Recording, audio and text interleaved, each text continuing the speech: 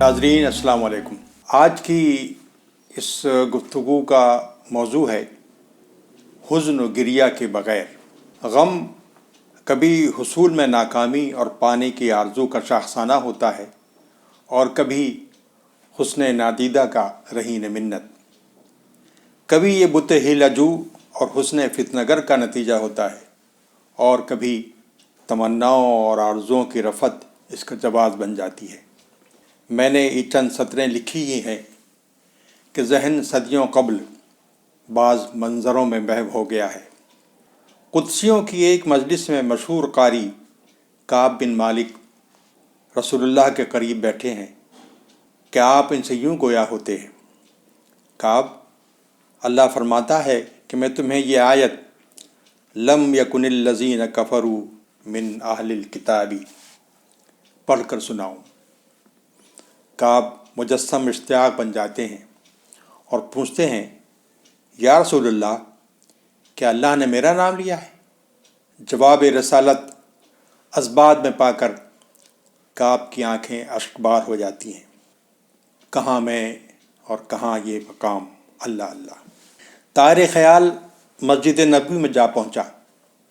دو یاران باوفا کے ہاتھ اٹھے ہیں، اور اس سے جس کی اجازت کے بغیر تنکا بھی نہیں ہلتا، دعا گو ہیں۔ ایک کہتا ہے کہ بار الہا، کل جب معرکہ کارزار گرم ہو تو مجھے توفیق دے کہ میں کمال عزم و ہمت کے ساتھ تیرے لیے بہترین جوہر دکھاؤں، تیرے دشمنوں کو تحقیق کروں، ان کا خون بہاؤں، اور غازی کی طرح فتح و ظفر کے پھریرے اڑاتا ہوا واپس آؤں۔ دوسرے رفیق کی دعا کا حال عجب تھا۔ اس کے قلب میں معجزاً دعاؤں کو فضا نے کچھ یوں محفوظ کیا: بار الہا، مجھے توفیق دے کہ معرکے میں دشمن کو کاری ضرب لگاتے ہوئے میں جان کی بازی لگا دوں اور درجہ شہادت پر فائز ہو جاؤں۔ دشمن میری لاش کا مصلح کرے، میرے ہاتھ پیر کاٹے، ناک اور کان کاٹے، اور پھر میں تیرے سامنے حاضر ہوں تو تو میری طرف دیکھے اور پوچھے کہ تیرا یہ حال کیوں ہوا، تو میں کہوں: آقا تیرے لیے، میرے آقا صرف تیرے لیے۔ ابھی منظر بدلا ہی تھا کہ چشم فلک نے ایک اور منظر دیکھا۔ رسول اللہ کے گرد جانثاروں کا گھیرا ہے اور دشمن فیصلہ کن حملہ کر رہا ہے کہ ایک سپاہی نے رسول اللہ کی آواز سنی کہ شہادت کا راستہ سیدھا جنت کو جاتا ہے۔ ایک عام صحابی جو دامن میں کھجوریں بھرے بھوک مٹا رہے تھے، یہ سنا تو پوچھا کہ یا رسول اللہ، شہادت کے بعد جنت یقینی ہے؟ جواب ملا کہ ہاں۔ تو بولے کہ بس ذرا یہ کھجوریں ختم کر لوں۔ پھر خیال آیا کہ جنت کے حصول میں یہ کھجوریں کیوں حائل ہوں۔ چنانچہ کھجوریں پھینکیں اور میدان کارزار میں کود پڑے اور شہادت کے مرتبے پر فائز ہوئے۔ سوال یہ ہے کہ مر مٹنے کی یہ تمنا کیوں کر پیدا ہوئی اور کہاں سے آئی؟ میں صرف اندازہ ہی کر سکتا ہوں۔ البتہ یہ یقینی ہے کہ اس کردار کے حامل اور اس کردار کی مثالیں متبعین محمد میں عام ہیں۔ انفرادی طور پر ایسے کرداروں کا نظر آنا تعجب خیز تو نہیں، لیکن ایک کمیونٹی جو اس غم کو جگائے اور جگائے رہے، جسے لقائے رب کی تمنا نے پیدا کر دیا تھا، امت محمدیہ کا حصہ رہی ہے۔ تیری طلب، تیری آرزو، تیرا غم۔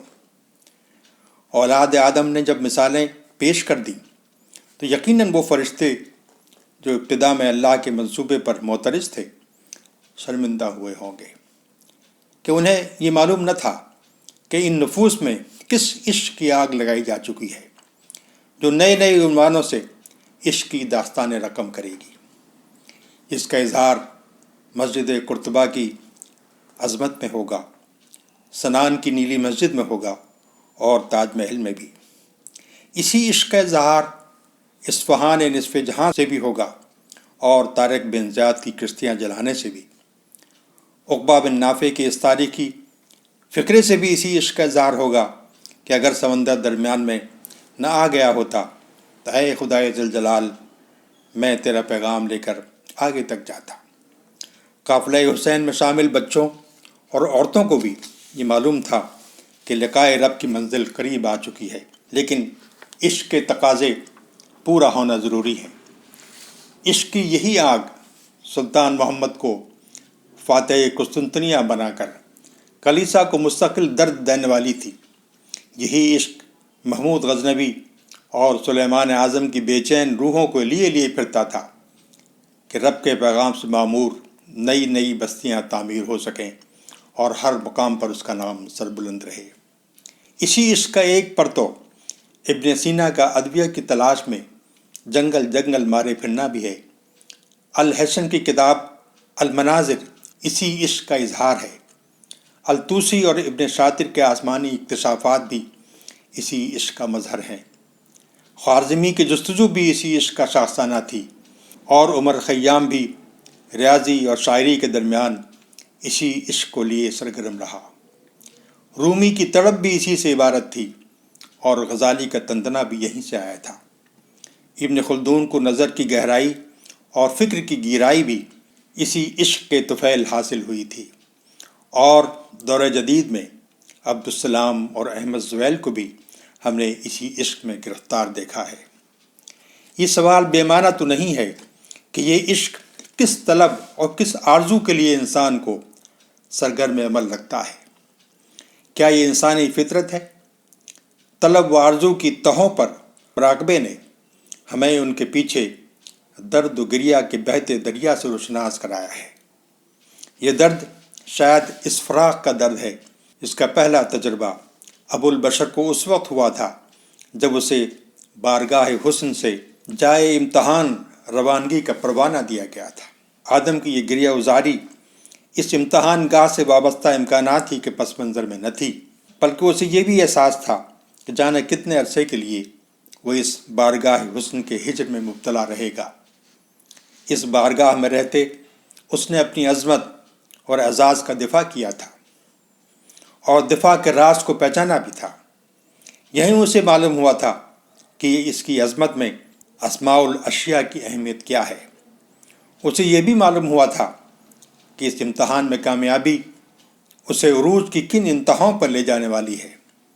بخشش و عطا کی منزلیں اسے خدا کے انتہائی قریب اور خدائی تصرفات میں شامل کر دینے والی تھی۔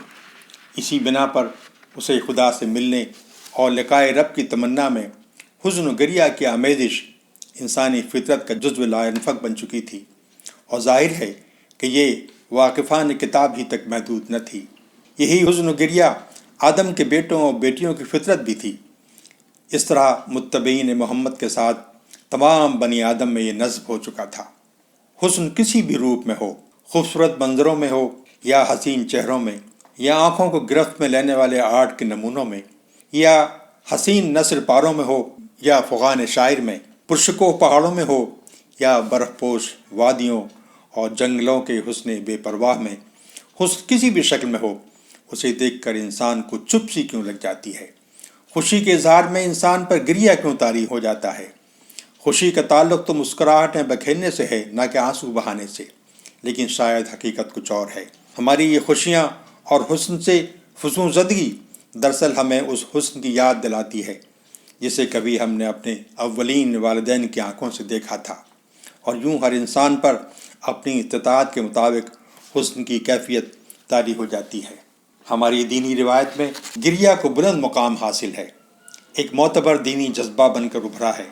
اللہ کے آخری فرستادے نے کہا تھا، اللہ کی یاد میں نکلا ہوا آنسو دنیا ما فیہا سے بہت زیادہ قیمتی اور اخروی کامیابی کا ضامن ہے۔ دین سے آراستہ زندگی میں ہر وہ واردات جو روح کو تڑپا دے اور قلب کو گرما کر آنسوؤں کی شکل میں بہہ نکلے عزیز تر ہے۔ دل شکستہ اس دل سے کہیں قیمتی ہے جسے بچا بچا کر رکھا گیا ہو۔ دنیا کی ہر تہذیب میں حزن و گریہ کو اہمیت حاصل رہی ہے۔ بدھ بھکشو ہوں یا ہندو یوگی، مسیحی راہب ہوں یا دیوار گریہ سے چمٹ کر رونے والے، سب کو حسن ازل کے روبرو ہونے کی ابتدائی تجربے کا تھوڑا بہت حصہ ضرور ملا ہے، اور شاید ان کی جینس میں محفوظ ہو گیا ہے۔ ماحول کی مناسبت سے یہ جینس ایکٹیویٹ ہوتی رہتی ہیں۔ اسلامی تہذیب نے اس کیفیت کو روحانی واردات کا مقام دے کر اعتماد بخش دیا ہے۔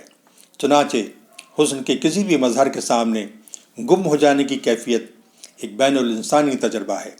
ہماری اردو روایت میں اس کا خوبصورت اظہار شعر و ادب میں ہوا ہے، جہاں حسن و گریہ نثر پاروں اور اشعار میں ڈھل کر ادب عالیہ بن گیا ہے۔ سراج اورنگ آبادی کا ایک شعر ہے: خبر تحیر عشق سن، نہ جنوں رہا نہ پری رہی، نہ تو رہا نہ تو میں رہا، جو رہی سو بے خبری رہی۔ نصیر الدین ناصر نے اسی طرح کی بات کہی: جو خلش ہو دل کو سکون ملے، تو تپش ہو سوز دروں ملے، وہ حیات اصل میں کچھ نہیں، جو حیات غم سے بری رہی۔ غالب نے بھی اسی رنگ کو اختیار کرتے ہوئے شعر کہا: ڈھانپا کفن نے داغ برہنگی، میں ورنہ ہر لباس میں ننگی وجود تھا۔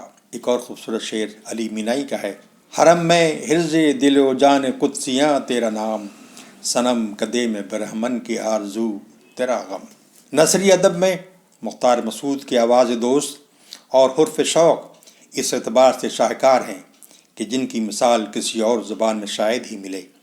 ان کی سطر سطر قاری کو زمینی سطح سے بلند کر دیتی اور مقام ہو کے قریب کر دیتی ہے۔ بہترین ادب کا کمال ہی یہ ہے کہ وہ اپنے قاری کو دریائے گریہ میں بار بار ڈبوتا رہتا ہے۔ اللہ ہمارا اور آپ کا حامی و ناصر ہو۔